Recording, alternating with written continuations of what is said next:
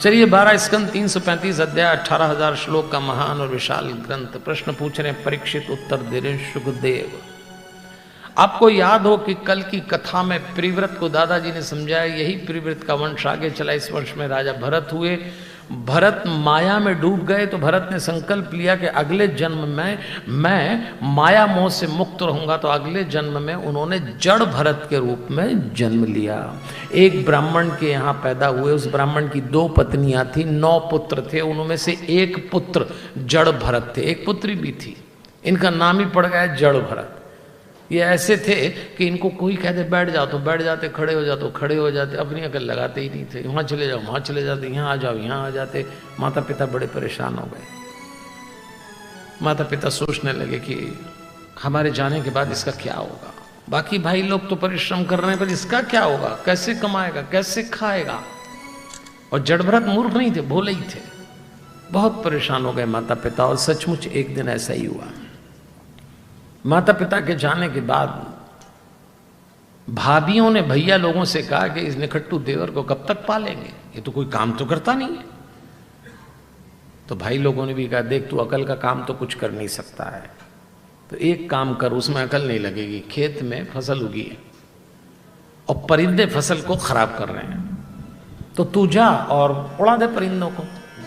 पुराने लोगों को याद होगा, खेत में एक बजूका खड़ा करते थे ताकि पक्षियों को लगे कि कोई खड़ा हुआ है। पर आजकल के तो पक्षी इंटेलिजेंट हो गए, तो उनको पता लग जाता है कि पुतला ही खड़ा है, तो उसी बैठ जाते हैं। अब कोई डरता है क्या? आजकल दुनिया बदल गई बहुत तेजी से। तो उन्होंने कहा जा। तो जड़ भरत पहुंच गए। भेजा था पक्षियों को उड़ाने के लिए। और जैसे ही गए तो भक्त का हृदय तो प्रकृति प्रेमी होता है। देखा सुंदर फसल लहला रही है, चिड़ियाएं आ रही हैं। जड़ भरत ने विचार किया कि मैं कौन उड़ाने वाला, ये राम जी का खेत है और ये राम जी की चिड़िया है, मैं कौन उड़ाने वाला। तो भेजा था उड़ाने के लिए और खेत में गए और बुलाने लगे। आइए जरा अपन भी खेत में चलते हैं। जड़ भरत कर क्या रहे हैं, इस पे विचार करते हैं। ये बहुत बड़ा संदेश दे रहे हैं वो हमको।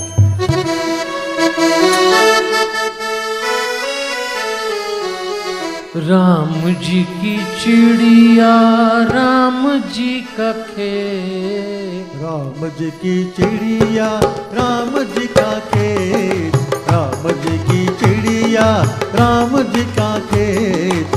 चुग लो चिड़िया भर भर पेट, हाँ चुग लो चिड़िया भर भर पेट। राम जी की चिड़िया राम जी का खेत, राम जी की चिड़िया राम जी का खेत। चुग लो चिड़िया भर भर पेट, आओ आओ मेरी चिड़िया चुग लो खेत, आओ आओ मेरी चिड़िया चुग लो खेत। और पूरी फसल खिला दी। राम जी की चिड़िया राम जी का खेत। भाइयों को पता लगा, उन्होंने कहा भाई तेरा हमारा नहीं चल सकता, तू जा यहां से, तू नहीं रह सकता हमारे साथ। तो जड़ भरत बोले रह भी कौन रहा था, चल दिए। इससे पहले कि जड़ भरत के साथ आगे क्या होता है इस पर विचार करें कि जड़ भरत जी ये कहना चाहते हैं राम जी की चिड़िया राम जी का खेत। इसका क्या मतलब, क्या मैसेज है, ग्रंथ क्या कहना चाह रहा है।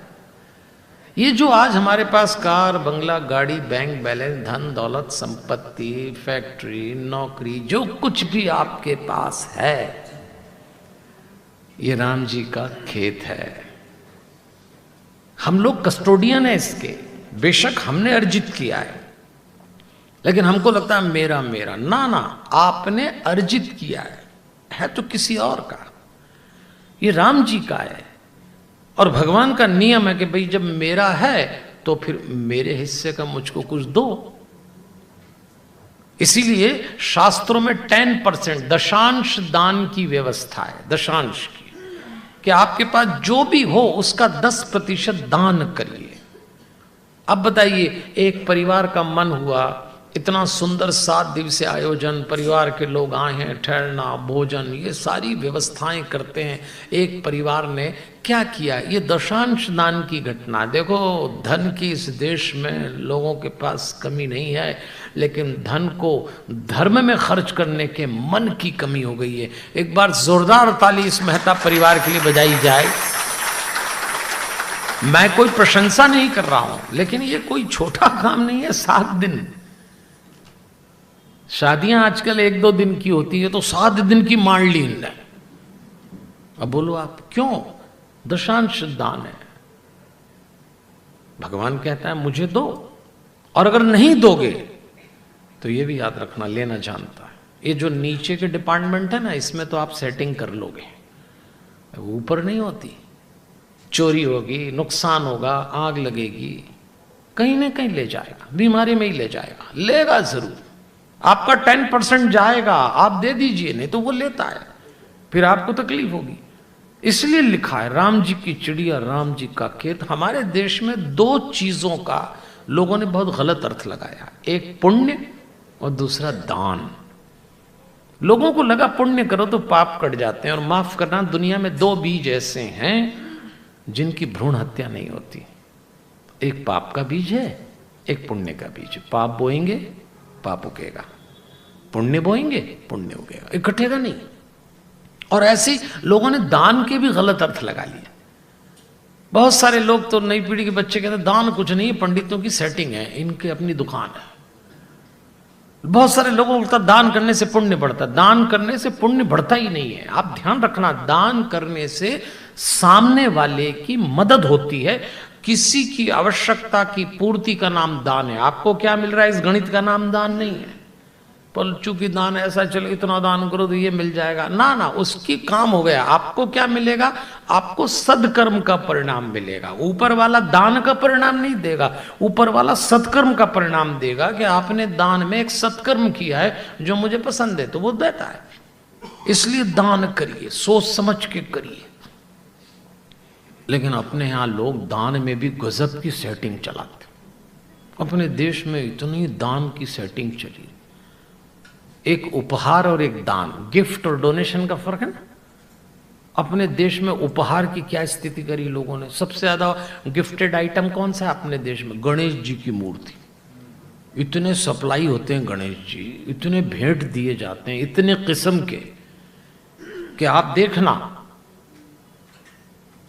कि एक आध बार आप ही अपना कोई गणेश जी लोगों को गिफ्ट करना समाज में और नीचे अपना नाम लगाना, तो 1-1.5 साल बाद वो आप ही के यहाँ लौटाएंगे गिफ्ट। सब एक दूसरे को टिका रहे हैं गणेश जी, और यही दान कर रहे हैं लोग। दान में भी यही कर रहे हैं। हमको तो बहुत दान मिलता देवियों और सज्जों, हमने देखा है दान। एक बार उड़ीसा में कथा करता था, चौथे दिन की कथा, 5वें दिन हरिओम रुक्मणी विवाह में थप्पियां लग गई साड़ियों की, इतनी साड़ी चढ़ी। अब मैं भी गृहस्थ हूं आपकी तरह, तो हम साड़ियां ले गए, और हमने अपनी धर्मपत्नी से बोला इस बार बहुत साड़ियां चढ़ी हैं। दिवाली का समय था, पुताई का काम चल रहा था, तो हमने कहा ये पुताई वाले को भी साड़ी दे दो। उनने भी दे दी। 2 दिन बाद पुताई वाला लौट के आया, उसके हाथ में वही साड़ी, और उसने कहा मैडम ये रखो। उन्होंने कहा क्यों, क्या हुआ? बोले मेरी वाइफ ऐसी साड़ी नहीं पहनती। उस दिन मुझे पता लगा कि पुताई वाले की घरवाली जो साड़ी ना पहनती है वो पंडित की घरवाली को टिका दो। ताली बजा लो, आप डर क्यों रहे इसमें भाई? अगर आप कोई ऐसी साड़ी वाड़ी ले आए तो बदल लेना। सब टिका रहे हैं। देखो एक बार राजस्थान में हमारे एक यजमान है, उनका इतना बड़ा साड़ी का काम है कि प्राइवेट लिमिटेड है साड़ी उनकी, नाम नहीं बताऊंगा, आप पक्का पहचान जाओगे। उनकी हमारी कथा चल रही, तो वो सब लोग हमको ले ही जाते हैं कथा में, हमारे ऑफिस चलो, घर चलो। उन बोले हमारी दुकान चलो, बहुत बड़ी दुकान है साड़ी की। हम भी चले गए, और उन्होंने बोला नहीं आप इसी जगह बैठो जहाँ वो बैठते हैं सेठ जी, आप बैठिए आप बैठिए। हम बैठ गए। अब हम देखने लगे, वो सब उनके उसमें रखे हुए थे शेल्फ में साड़ियाँ, तो वो बताने लगे कि ये जॉर्जेट की साड़ी है, बनारसी है, कलकत्ते, सब भरी हुई साड़ियाँ, ये 5,000 की, ये 2,000 की, ये वो। और अचानक एक नज़र पड़ी तो मैंने कहा ये वाली कौन सी साड़ियाँ हैं? तो बोली ये 150-200 वाली हैं। मैंने कहा ये कौन सी 1,000, 5,000, 10,000 की दिख रही है, 150-200 की किसकी है? अब वो पंडित जी रफत में थे, हम तो पूछ ही रहे थे, सेठ जी रफत में थे, वो भूल गए कि हम ही पूछ रहे हैं। तो उन्होंने बोला पंडित जी ये वो आप लोगों वाली। फिर उनको याद आया, बोले नहीं नहीं पंडित जी आपकी बात नहीं कर रहे। मैं कहा निपट गया पंडित, अब क्या समझ में आ गया किस शेल्फ में फंसा है पंडित। आपकी बात नहीं कर रहा हूं, आप अलग, आप तो ताली बजाओ, आप तो ताली। दान वो वस्तु करिए जो प्रिय हो, ये दान की डेफिनेशन है। दान पुण्य के लिए कभी मत करिएगा। आप में से जो लोग दक्षिण में जाते हो, तो हमारे यहाँ दक्षिण में एक मंदिर है तिरुपति बालाजी का। वहां जाने वाले भक्त लोग चाहे स्त्री हो पुरुष केश दान करके आते हैं। आपने विचार किया है कभी कि क्यों केश दान किया जाता है दक्षिण के उस मंदिर में? दरअसल में मनुष्य को अपने केश से बहुत लगाव है, आपके सौंदर्य में अभिवृत्ति ही वो करता है। तो मनुष्य को सबसे प्रिय क्या है? अपनी देह। अब आप देह तो दान कर नहीं सकते, फिर इस देह में दो अंग ऐसे होते हैं जिनका सतत विसर्जन होता है। एक होता है नाखून और दूसरे केश। ये दोनों सतत बढ़ते हैं और आपको विसर्जित करना पड़ता है। अब नाखून तो भगवान को चढ़ा नहीं सकते, तो केश चढ़ाते हैं क्योंकि प्रिय है। और अपनी प्रिय वस्तु ही दान करना चाहिए, जिसकी वैल्यू आपको अपने लायक लगे वो दान करो। टिकाने का कार्यक्रम बंद कर दो। तो जड़ भरत बताना चाहते हैं राम जी की चिड़िया, राम जी का खेत। इसी खेत में से एक परिवार ने 10% अपना अंशदान देके इतना सुंदर आयोजन कर दिया। बात केवल धन की नहीं है साहब, मन तन देना पड़ता है, विचार देना पड़ता है। आज पूरा परिवार इकट्ठा होता है, ये कोई आसान काम है? फिर हम जैसे अलग आ जाते हैं जो ज्ञान बांटते हैं। भाई शांति से कथा करके चला जाए तो भी सोचे पंडित छेड़छाड़ करे तो और भी फिर डर लगता है कि ये फंसेगा।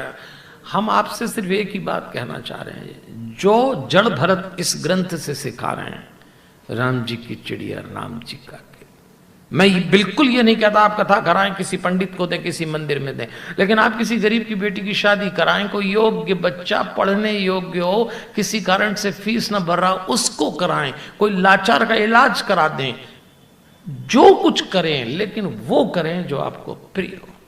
सेटिंग मत करिए। पाप पुण्य सत्कर्मों से होता है, दान से कुछ नहीं होता, ना पाप मिलता है ना पुण्य मिलता है।